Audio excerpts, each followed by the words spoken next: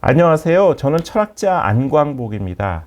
소크라테스 대화법 연구로 박사학위를 받았고요. 지금은 서울 중동고등학교 철학교사로 28년째 철학을 가르치고 있습니다. 오늘 여러분들께는 프랑스와 누델만이 쓴 철학자의 거짓말이라는 책을 소개해 드리려고 합니다. 혹시 루소의 에밀이라는 작품 아세요?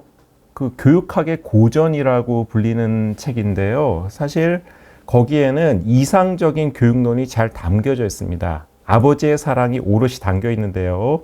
루소의 에밀에서 에밀이라는 아이의 아버지는 이렇게 얘기를 해요. 한번 들어보십시오. 아이가 태어나자마자 옆에 꼭 붙어 있어라. 아이가 어른이 될 때까지 떠나지 말라. 그렇지 않으면 성공하지 못할 것이다. 아버지는 아이의 진정한 가정교사다.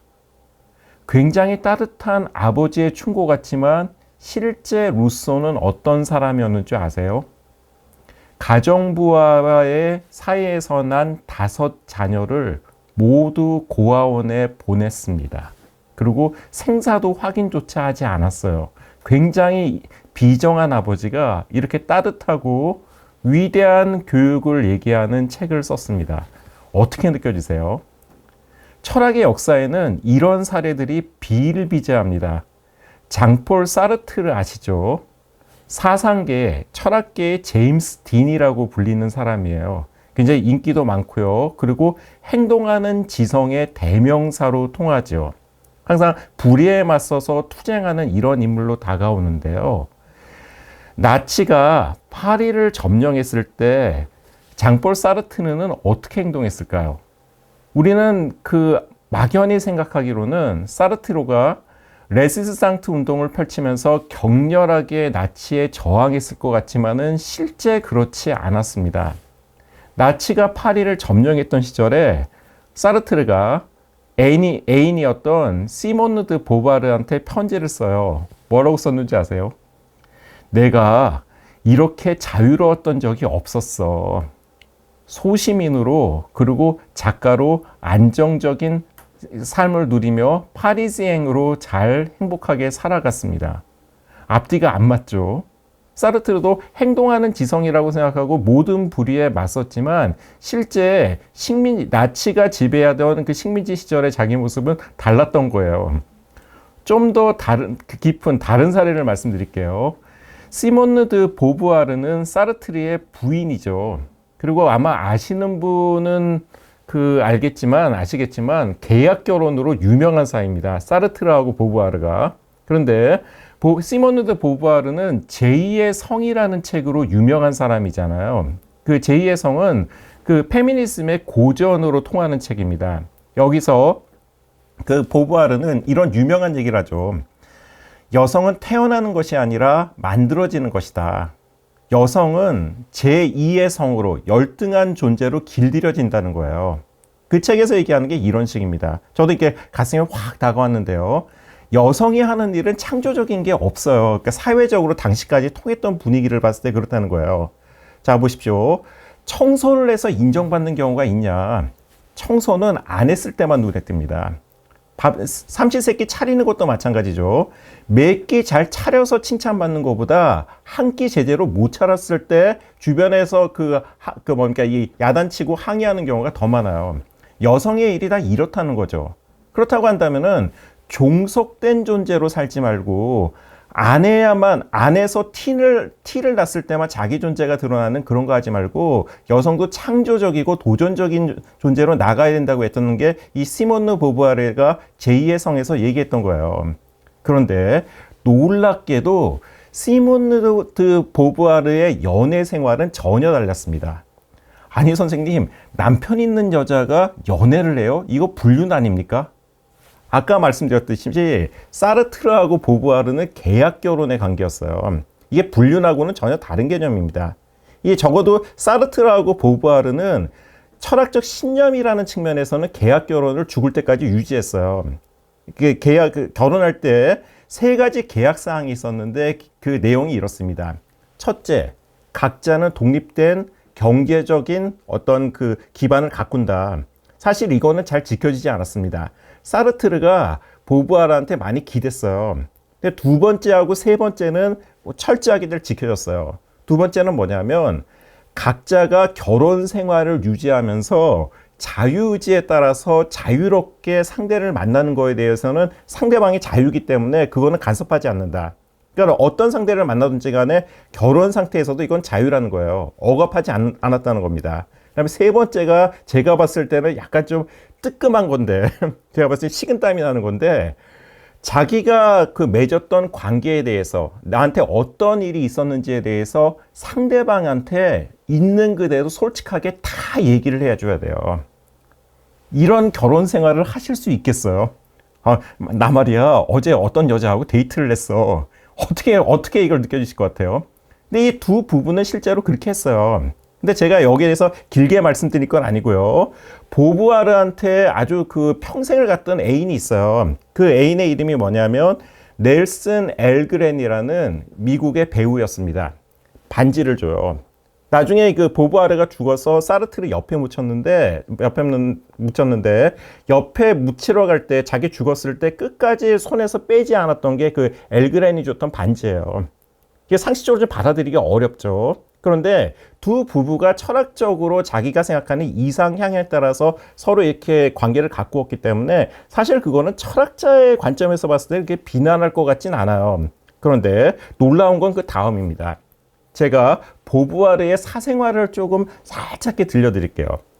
엘그린한테 썼던 편지의 내용입니다. 보부아르가 썼던. 제가 그대로 읽어드릴게요. 약간 간질간질 하실 겁니다. 이를 악물고 들어보십시오. 내 사랑, 밤낮으로 나는 당신의 사랑에 에워싸여 있다고 느끼며 그 사랑은 나를 모든 악에서 지켜줍니다. 당신의 사랑은 더울 때 나를 시원하게 해주고 찬 바람이 불면 따뜻하게 해주죠. 당신이 나를 사랑하는 한 나는 절대로 늙지도 않고 죽지도 않을 거예요.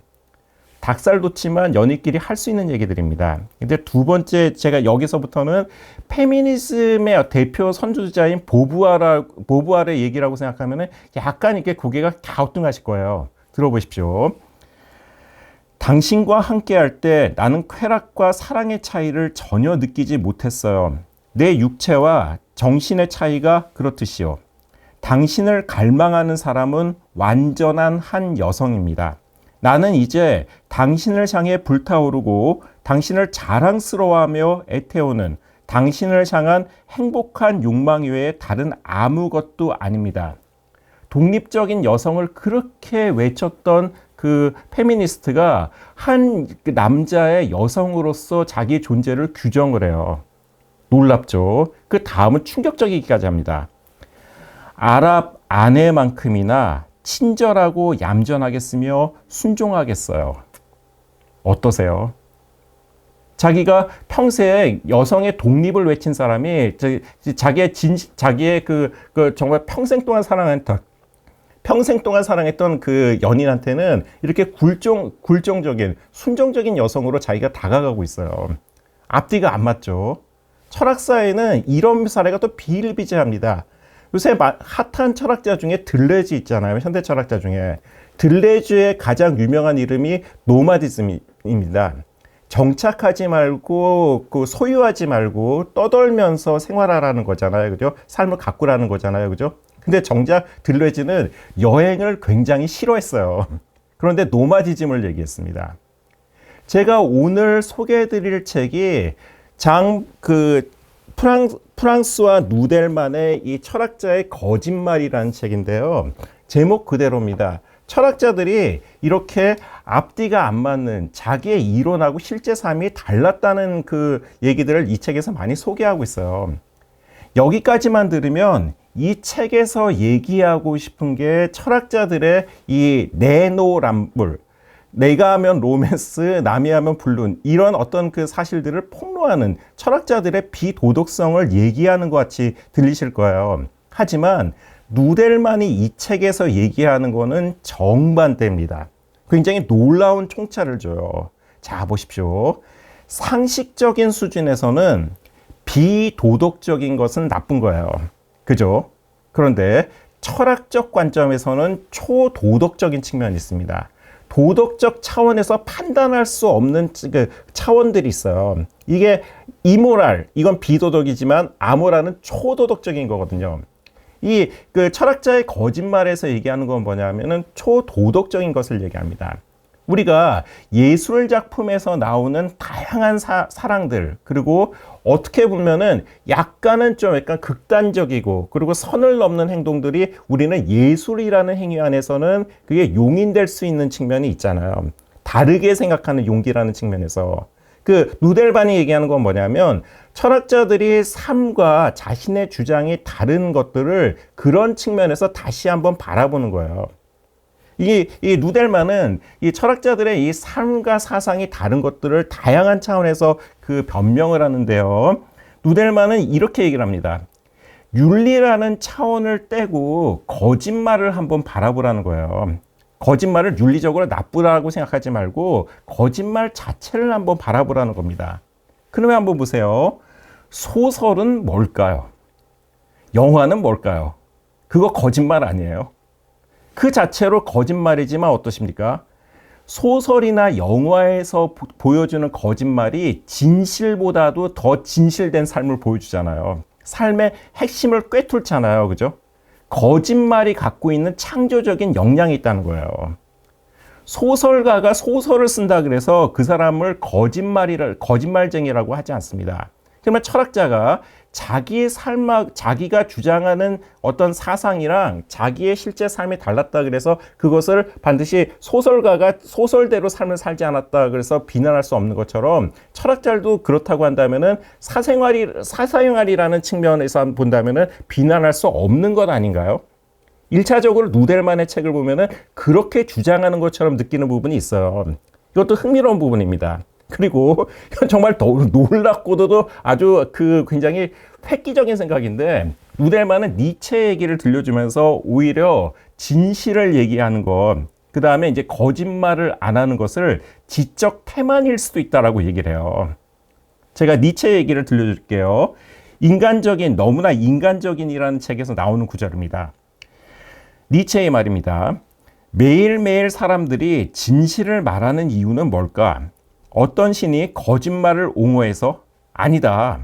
거짓말은 창작, 가장, 기억을 요구하므로 진실을 말하는 것이 더 편하기 때문이다. 진실만 얘기하는 사람은 니체의 관점에 따르면 지적 능력이 떨어지는 사람이에요. 이상하지 않으세요? 왜? 우리는 눈치 없는 사람이라는 얘기 하잖아요. 앞뒤 꽉 막혔다고 얘기하잖아요. 왜일까요? 분위기 파악 못 하잖아요. 있는 그대로 얘기합니다. AI죠. 그래서 관계가 꼬이잖아요. 자, 한번 생각해 보십시오. 제 얘기가 약간 좀 세게 들려서 불편하실 수도 있는데 가장 직관적인 표현이라서 제가 이런 설명을 드리겠습니다. 겉과 속이 같은 사람은 좋은 사람입니까? 나쁜 사람입니까? 겉과 속이 좋으면 정직하고 좋은 사람인 것 같지만 가만히 생각해 보시면 겉과 속이 같은 사람은 짐승이에요. 느끼는 대로 행동하면 큰일 나잖아요. 배고파도 안 고픈 척하고 저 사람이 정말 좋아도 저 사람이 불편할 것 같으면 거리를 둬야 합니다. 그죠? 자기 감정을 감춰야 되잖아요. 그렇잖아요. 그죠? 그게 사람이잖아요. 사람은 거짓말을 사면서 사는 존재예요. 우리의 일상의 99.9%는 거짓말로 이루어진 세상입니다. 아니던가요? 자기 욕망을 그대로 드러내면 안 되는 거예요. 그런데 한번 생각해 보십시오. 거짓말을 한번 하면요. 우리의 문명이라는 것도 크게 보면 거짓말이라고 할 수가 있는데 거짓말을 한번 하면 하나의 거짓말에 10개 거짓말이 따라붙어요. 그렇잖아요. 그죠? 진실을 얘기할 때는 그냥 팩트만 얘기하면 되지만 어떤 분위기를 맞추기 위해서 상대를 배려하기 위해서 어떤 얘기를 부드럽게 사실과 다르게 얘기를 하면은 이걸 정당하기 위해서 수도 없이 많은 새로운 거짓말을 해야 되는 거예요. 그래서 거짓말을 잘 짤 수 있다는 건 뭐냐면 어떻게 보면은 문명이 고도화됐다는 것, 그리고 이 거짓말을 아주 센스 있게 잘하는 사람은 지적 수준이 굉장히 높은 사람이라고 할 수가 있어요. 그래서 철학자들의 거짓말을 누델만은 이런 식으로 본다면은 반드시 부정적으로 볼 필요는 없다는 겁니다.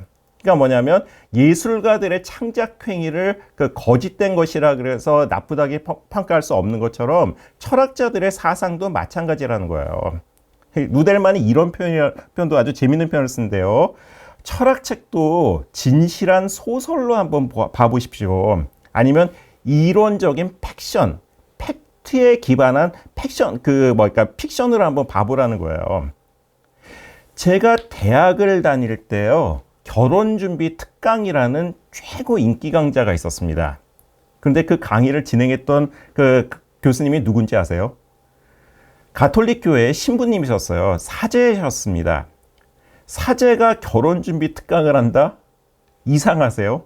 그 강의 정말 좋았습니다. 인기도 많았고 통찰력도 있었어요. 이론이라는 건 그런 겁니다. 자기가 주장하는 그 이론대로 자기의 삶도 꼭 그래야 될 필요는 없다는 거예요. 강단에 계신, 그러니까 뭐냐면 철학을 이론적으로 가르치시는 분들은 철학자의 거짓말을 이런 식으로 처리하는 경향들이 있어요. 삶과 이론은 다르다. 그래서 하이데거 같은 사람들은, 하이데거 누군지 아시죠? 마르틴 하이데거라는 독일의 사상가가 있는데 그 사람은 철학 역사를 강의할 때 그 시간에 자기가 설명해야 될 철학자의 삶을 그냥 한마디로 간단하게 정리했대요. 몇 년도에 태어나서 몇 년도에 죽었다. 왜 그랬을까요? 철학의 이론을 아는 데는 삶은 전혀 관계가 없다는 거예요. 그냥 삶을 버리고 이론 자체로 보라는 겁니다. 그래서 철학이 재미없어진 거예요. 철학을 공부할 때 한번 보십시오. 아마 이 중천학당 이 유튜버를 보시는 분들은 철학 전공자기보다는 그냥 철학에 관심 있는 일반인 가능성이 높으신데요. 그렇죠. 왜 철학이 어려울까요? 철학은 대부분 보면은 키워드 중심으로 공부를 해요. 대학에서 우리가 그 학문을 하는 집단에서 그 철학을 공부하는 방식이 보통 그렇습니다. 보통 이 등대 단어라 그러는데요. 제가 퀴즈를 내드릴게요. 플라톤. 대표적인 단어가 뭡니까? 이데아죠. 이데아를 알면 플라톤을 아는 겁니다. 보통 그렇게 생각을 하죠. 공자, 뭐죠? 인과 의잖아요. 헤겔 뭡니까? 변증법. 이런 식으로 우리가 그 철학자를 공부를 할 때는 삶을 다 던져버리고 그 사람이 얘기한 핵심 키워드, 이 등대 단어를 중심으로 이게 이런 거구나, 이런 거구나, 이런 거구나 라고 이해를 해나가다 보니까 철학을 공부하면 공부할수록 철학에서 자기가 열심히 공들였던 것들이 실제 삶하고 멀어지는 거예요. 누델만은 그런 식으로 공부하지 말라고 얘기를 합니다. 그러면 어떻게 해야 될까? 철학자의 삶을 버리지 말고 철학자의 삶을 이해하라는 겁니다. 그래야 된다는 거예요. 자, 보십시오. 철학 공부 어렵잖아요. 저도 철학을 20년 넘게 공부하다 보니까 이렇게 머리카락의 75%를 상실한 탈모인이 됐습니다. 그럼에도 불구하고 철학을 계속 공부하는 이유는 뭘까요? 머리카락이 계속 사라지고 있는 건데도 내 안에 절실함이 있기 때문에요. 우리가 무엇 하나에 매달린다는 건 뭐냐면 취미로 아주 죽을 숭살중 매달려서 위대한 이론을 만든다는 건 불가능합니다. 자기 삶에 불끈거리는 욕망이 있어야 돼요. 거짓말을 한다는 건 뭐냐면은 거짓말 속에 품어있는 강렬한 욕망이 있다는 거예요. 그거를 누델만은 뭐라고 얘기를 하냐면 진실의 파토스라고 얘기를 합니다. 자, 보세요. 제가 엊그저께 제가 다니는 직장에서 있었던 일이 있는데 어떤 분이 저한테 이렇게 얘기를 했습니다. 제가 초과수당 때문에 그러는 건 아니지만요. 그러면 뭘까요? 초과수당 때문에 그러시는 거예요. 제가 3만 원 더 받자고 이러는 건 절대 아니지만 3만 원 때문에 그러시는 거예요. 자, 보십시오. 내가 그런 게 아니지만 하고 얘기하면 사실 그게 목적이었던 거예요. 이게 진실의 파토스입니다. 진실을 얘기할 때는요, 핏대를 세울 이유가 전혀 없어요. 중천 철학도서관 어떻게 가요? 여기에 이렇게 물어봤는데 핏대를 올리면서 그거 말이죠! 좌회전하세요! 이런 사람이 있겠습니까? 좌회전하세요. 왜? 팩트잖아요. 진실을 얘기할 때는 열릴 이유가 전혀 없어요. 수학 재미없으셨잖아요. 물론 수학 좋아하시는 분도 많지만 대부분의 학생들은 수학이나 과학 힘들어합니다. 왜? 답정 너잖아요. 결론이 정해져 있습니다. 그러니까 뭐냐면 다양한 해석의 가능성이 없어요. 그러니까 수학이나 과학 시간에는 교수님이나 선생님도 그냥 차분히 풀이를 진행을 하십니다. 재미가 없어요. 진실에 파토스가 있을 이유가 없어요. 파토스는 감정이라는 거잖아요. 진실은 차분한 겁니다. 그런데 재밌는 건 뭐냐면은 거짓은 파토스가 있어요. 드라마가 왜 재밌을까요? 드라마는 거짓말이잖아요. 근데 드라마는 결론이 어떻게 흘러갈지를 아무도 몰라요. 그래서 재밌는 거예요. 그러니까 누델만은 이렇게 얘기합니다. 이 진실의 철학자의 거짓말을 쓴 누델만은 이렇게 얘기하는데요. 진리나 자유, 정의 같은 그 진실을 표상하는 단어를 구사하는 사람들은 거의 다 거짓말을 하고 있다는 거예요. 사기를 치려면 어떻게 해야 될까요? 100% 거짓말만 얘기하면은 사기친다는 게 금방 드러납니다. 사기가 제대로 통하려면 어떻게 해야 되죠? 80%의 팩트에 20%의 가짜를 섞습니다. 그래야 사람들이 이거 그런 거 아니야 하고 혹하고 넘어가요. 그런데 철학자들이 쓰는 그 거짓말들도 철학자들이 했던 거짓말도 비슷하다는 거예요. 그 사람들이 했던 삶 속에 그 사람들의 철학이 20대 80의 비율로 녹아 있다는 겁니다. 강의 초반에 루소의 얘기로 돌아가 볼게요. 장자크 루소, 에밀을 쓴 장자크 루소. 아이 5을 버렸지만 최고의 교육학의 고전인 에밀을 썼습니다. 누델만은 이 말을 바꿔요. 아이 5을 버렸음에도 에밀을 쓴 게 아니라 아이 5을 버렸기 때문에 에밀을 쓸 수 있었다. 사르트르가 행동하는 지성이 될 수 있었던 이유는 뭐냐? 나치에 저항하는 레시상트 운동을 하지 않았음에도 행동하는 지성이 된 게 아니라 레시상트 운동을 하지 않았기 때문에 행동하는 지성이 될 수 있었다는 거예요. 왜? 컴플렉스를 감추기 위한 치열한 노력이 그 사람의 사상을 만들었다는 거예요. 뭔가 느껴지지 않으세요?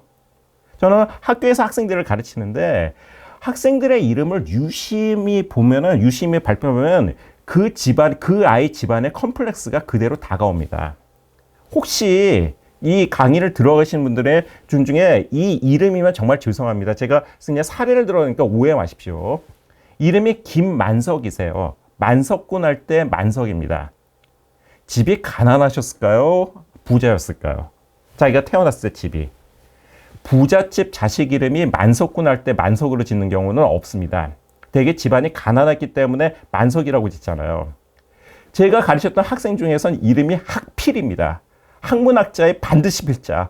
꼭 공부해라. 이름이 학필이에요. 한자로도 쉽습니다. 그죠? 왜 그렇게 이름을 줬을까요? 부모님이 공부를 잘하셨을까요? 못하셨을까요?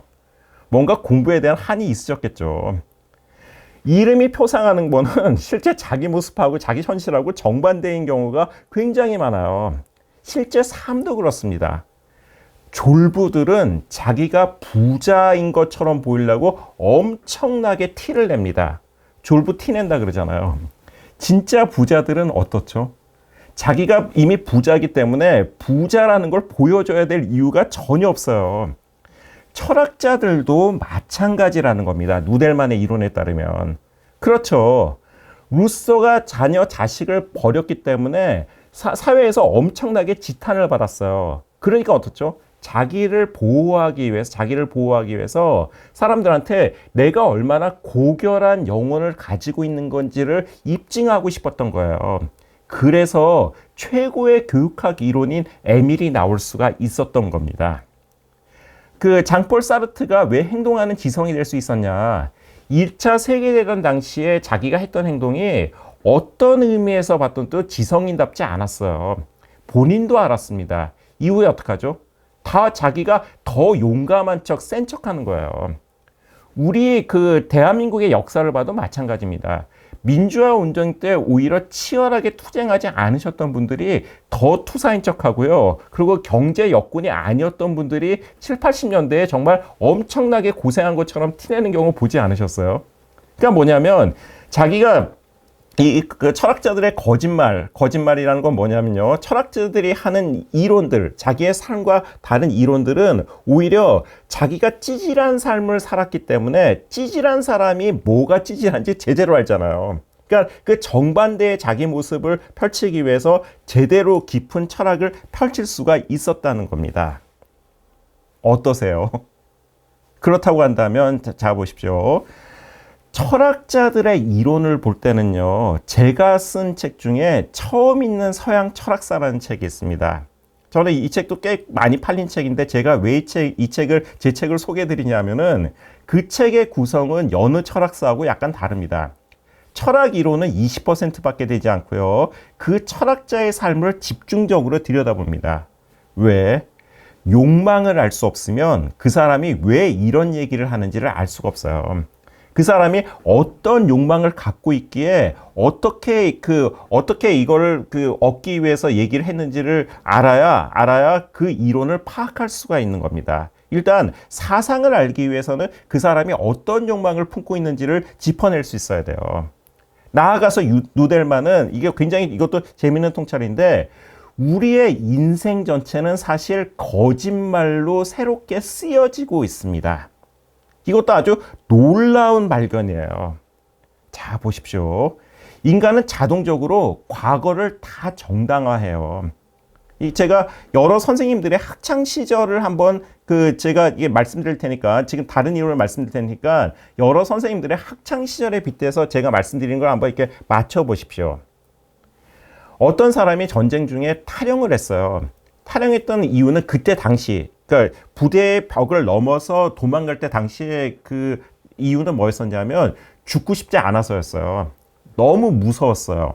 그런데 그 전쟁이 끝났습니다. 자기는 살아 돌아왔어요. 이 사실을 어떻게 얘기하고 나니까요. 그 이후로도 이 사람은 살아야 되잖아요. 저는 겁이 너무 나서 도망쳤어요. 이러는 사람 별로 없습니다. 대부분 어떤지 아세요? 저는 정당하지 못한 전쟁에서 내 목숨을 바치고 싶지 않았습니다. 저는 불의를 위해서 희생하고 싶은 생각은 없었어요. 이런 식으로 자기의 과거를 다시 윤색해서 아름답게 포장하려고 합니다. 왜 그럴까요? 우리는 누구나 다 그래요. 이유 없는 무덤 없다 그러잖아요. 우리의 인생은 뭐냐면 지금 현재 내 삶을 살아내기 위해서는 내가 괜찮은 사람이어야 돼요. 그죠? 내가 괜찮은 사람이고 내가 이렇게 나쁜 짓을 한 이유는 뭐다? 세상이 그렇거나 누군가가 잘못을 했기 때문에 내가 그렇게 행동할 수밖에 없었다는 이유를 필사적으로 찾아내야 됩니다. 이걸 자존감이라 그러죠. 그죠? 그래야 살 수가 있잖아요. 그죠? 그러니까 우리는 항상 과거를 보면서 끊임없이 거짓말로 나의 삶을 윤색하면서 인생의 시나리오를 써나가고 있는 거예요. 이것을 좋게 봐야 될까요? 나쁘게 봐야 될까요? 그런데 어떻게 본다면 자기 인생을 거짓으로 윤색한다는 측면에서는 좋지 않은 걸로 보지만은 긍정적인 측면에서 본다면 죄인에서 선한 사람으로 거듭나는 과정으로 인생을 꾸미는 거라고 할 수도 있어요. 그렇잖아요. 그죠? 내가 좋은 사람이기 때문에 어쩔 수 없이 과거에는 이런 일이 있었지만 이런 일을 듣고서도 나는 좋은 사람으로 나아가고 있다는 걸 보여주기 위해서 거짓말이 동원된 거죠. 이거를 누델만은 뭐라 그런지 아세요? 진실된 거짓말이라고 합니다. 형용 모순이잖아요. 그죠? 둥근 사각형이랑 똑같은 얘기예요. 거짓말이 어떻게 진실돼요? 그런데 가능한 얘기입니다. 왜냐? 삶은 원래 모순투성이거든요. 거짓말을 통해서 진실을 쫓아간다는 얘기예요. 자, 보십시오. 아까 초반에 제가 여러 철학자들의 사례를 말씀드렸는데요. 사랑에 빠진 보부아르, 페미니스트인 보부아르, 어느 쪽이 진짜 보부아르일까요? 둘 다 보부아르입니다. 그게 인생인 거예요. 우리는 임마누엘 칸트라고 얘기한다면은 시계 같은 사람이라고 생각을 합니다. 정확하죠. 퀘니스베르크의 시민들이 칸트가 산책하는 시간을 보고 이 시계를 맞췄대요. 그죠? 일과가 칼같이 정확한 사람이라고 생각을 하지만 실제 칸트는 그렇게 살았던 거는 칸트 삶의 일부분입니다. 사교계에서의 칸트는 굉장히 재밌었던 사람이에요. 퀘니스베르크의 인기 스타였습니다. 농담도 잘하고 그 다음에 없으니까 식사 시간이 3시간이 넘었대요. 주변 사람들을 한없이 즐겁게 했던 사람입니다. 어느 쪽이 진짜 칸트일까요? 여러분들은 다르실까요? 집에 가서 여기 한번 부모님한테 어떻게 하는지 한번 생각해 보세요. 집에서는 부모님한테 과묵한 아들이지만 회사나 대학에서는 어떻죠? 아주 활기차고 장난꾼일 수도 있잖아요. 사람은 이렇게 상황에 따라서 여러 가지 다양한 모습을 보여주고 있는 거예요. 그렇다고 한다면은 우리의 삶을 뭐냐? 이렇게 모순되고 부조화된 앞뒤가 안 맞는 게 바로 우리 삶의 진실이라는 겁니다. 이게 우리 삶이라는 거예요. 그러면 누델만은 어떻게 얘기를 하냐? 거짓말은 거짓말대로 가치가 있다는 거예요. 그런데 중요한 건 뭐냐면 거짓말에 휩싸여서는 그 삶의 인생이 삿된 인생이 되죠. 사악한 인생이 된다는 겁니다. 빛을 쫓되 그림자도 챙기라는 거예요. 무슨 얘기냐? 자, 롤랑 바르트라는 철학자가 있어요. 이 누델만의 책에 나오는 얘기입니다. 롤랑 바르트는 라디오 방송을 많이 했는데 저도 이렇게 방송을 찍으면서 지금 편집을 하시거든요. 말실수를 하면 잘라내고 붙이고 이렇게 하시는데 누델만은 그러면은 화를 냈대요. 내가 말실수한 거 제발 그대로 내보내시라고요 하면서 라디오 생방송을 고집을 했대요. 롤랑 바르트가. 왜일까요? 확언을 하는 가운데, 실수를 하는 가운데는 거짓말 뒤에 숨어 있는 진짜가 드러나지 않습니다. 그래서 이거를 2차적 청취라 그래요. 결단코 말하는데 라고 자신 있게 얘기하는 사람은 자신이 없는 거예요, 사실. 그렇죠, 그죠? 우리가 음악을 왜 듣겠어요, 그죠? 철학자의 논증은 정교하지만 음악은 먼저 감성을 울리잖아요. 그런데 우리가 BTS의 음악을 좋아합니까? 제 철학 강의를 더 듣고 싶으세요? 어느 쪽이죠? BTS의 음악이 더 끌리잖아요. 왜? 이게 2차적 청취입니다. 2차적 청취거든요. 들어야 할 걸 들으라는 거예요. 논리로 얘기하는 것 뒷면에 진실을 얘기하는 다른 표정들이 숨어 있다는 겁니다. 어디서 드러나죠? 어투, 말실수, 손동작. 제가 이렇게 얘기하는 것하고 이렇게 얘기하는 것하고 태도를 한번 비교해 보십시오. 다시 보여드릴게요. 이렇게 얘기하는 거, 이렇게 얘기하는 거. 어떠세요? 제가 말을 빠르게 할 때하고 천천히 얘기할 때하고 느낌이 다르죠. 이런 어떤 동작이나 어투에서 드러나는 거짓말 속에 숨어 있는 진짜를 캐치를 해내라는 겁니다.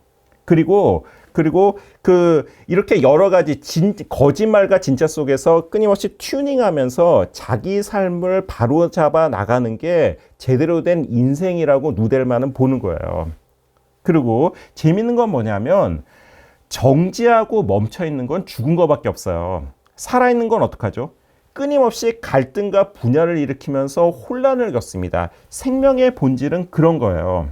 그렇다고 한다면 우리가 거짓말을 어떻게 바라봐야 될 거냐? 거짓말이라는 건 뭐냐면 내 삶을 가꾸는, 내가 있는 그대로의 알것 그대로의 나를 보여주는 게 아니라 이 욕망을 정지해서 문명화된 모습으로 보여주면서 바람직한 쪽으로 이끌어가는 하나의 문화적 장치로 거짓말을 한번 잘 살려보라는 겁니다. 그렇다고 한다면은 이 건강한 거짓말을 가꾸면서 여러분들이 진실된 거짓말로 여러분들의 삶을 더 바람직하고 아름답게 만들려면 어떻게 해야 될까요? 여러분들한테 세워야 될 진실된 거짓말은 무엇인지, 여러분들이 삶을 통해서 내가 이런 사람이라고 보여주고 싶었던 진실된 거짓말은 무엇인지 한번 고민해 보시기 바랍니다.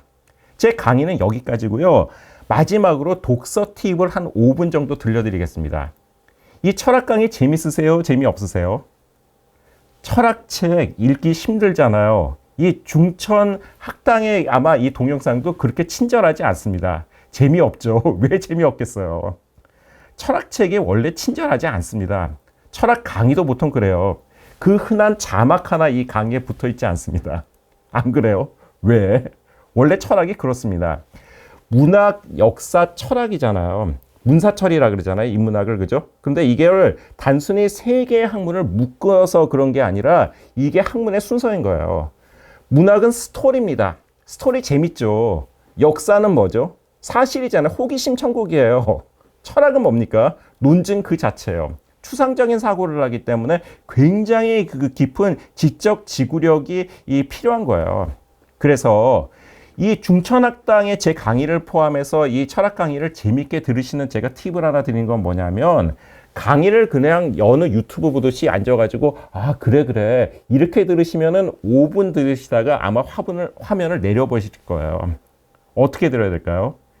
수동적 경청이 있고 적극적 경청이 있습니다. 수동적 경청은 가만히 있어도 훅 빨려드는 거예요.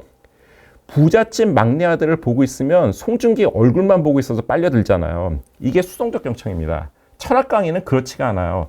적극적 경청을 해야 됩니다. 내가 저걸 알아야겠다라고 생각하고 아주 그 정신을 조금 모아서 집중해야 됩니다. 어떻게 들어야 될까요? 이 동영상을 다시 앞으로 돌려서 끊어서 들으면서 이렇게 메모를 하십시오. 그런 훈련을 해야 이 적극적 경청을 할 수 있는 지적 지구력을 키울 수 있습니다. 철학이라는 건 뭐냐면은 멘탈 짐내스틱, 정신의 근육을 키우는 활동이거든요. 제 강의를 따라오시고 이 철학자의 거짓말을 읽어보실 수 있을 정도의 수준이셨다면 대한민국의 1% 안에 드는 지적 지구력을 가진 어떤 그 사람이라고 보셔도 좋습니다. 아마 굉장히 대단하신 분이고요. 그리고 두 번째 팁을 드린 건 뭐냐면, 철학책을 보면서 처음부터 집중한다는 건 쉽지 않아요. 최초 15분이 중요합니다. 왜?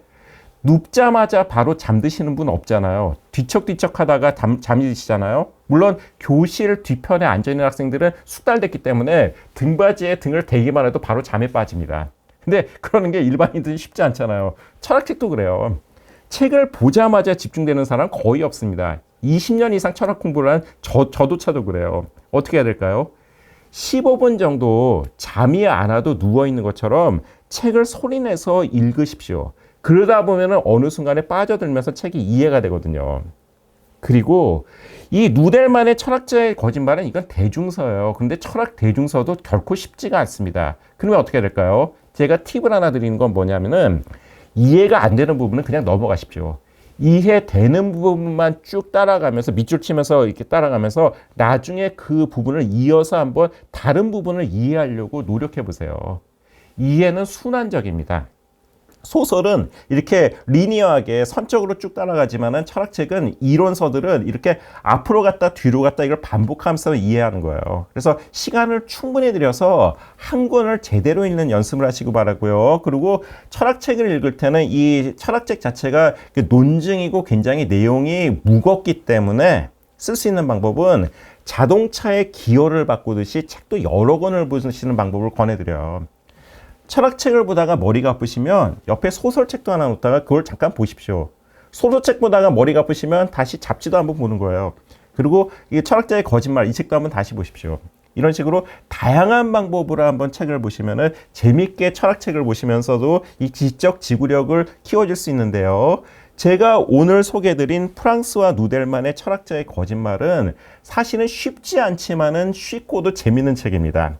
지적 지구력을 갖춘 상태에서는 충분히 누구라도 재밌게 볼 수 있는 책입니다. 그래서 3월이 첫 출발하는 자기 인생의 비전을 만드는 기간이기 때문에 3월이 보통 대부분의 회사들이나 학교들이 새 출발을 하고 계획을 사는 게 본격적으로 실행하는 그런 단계에 있잖아요. 이 철학자의 거짓말을 한번 깊이 읽으시면서 이번 한 달 동안 지적인 깊이를 한껏 튀어가시기 바랍니다. 제 강의를 경청해 주셔서 정말 고맙습니다. 저는 철학자 안광복이었습니다.